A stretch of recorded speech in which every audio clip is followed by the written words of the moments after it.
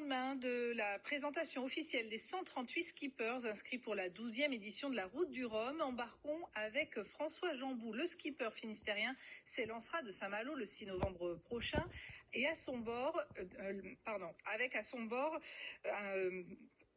le 6 novembre prochain, à bord de son classe 40 à l'aveugle, c'est le nom du voilier, mais aussi d'un projet, celui de faire naviguer des personnes non-voyantes ou malvoyantes afin de rendre la voile plus accessible à tous. Reportage à Concarneau de Julie Jeune-Maître et Morgane Trégouette. Ok Nico, tu peux envoyer le Jedi. Ok. C'est un membre d'équipage à part entière et pourtant, Nicolas est non-voyant. Mais après 10 ans d'apprentissage de la voile, il s'est créé ses propres repères.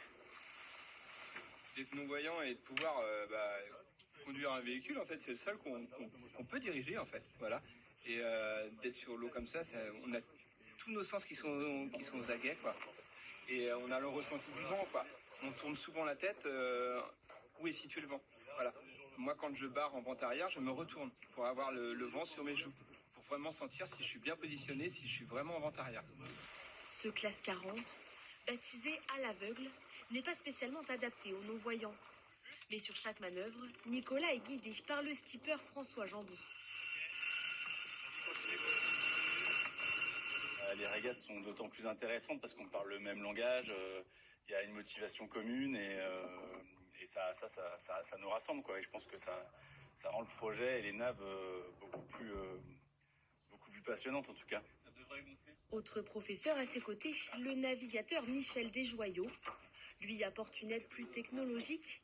Il a repensé les penons, ces petits bouts de laine sur les voiles.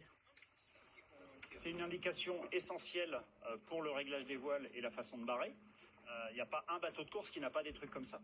Sauf que c'est que visuel. Avec le penon électronique, on peut amener la donnée numérique jusque dans le cockpit, jusqu'au barreur. Angle vent réel 3 tribord. Avec ce voilier, l'objectif est de rendre la navigation plus accessible aux personnes déficientes visuelles. Pour Nicolas, le handicap n'est pas un frein.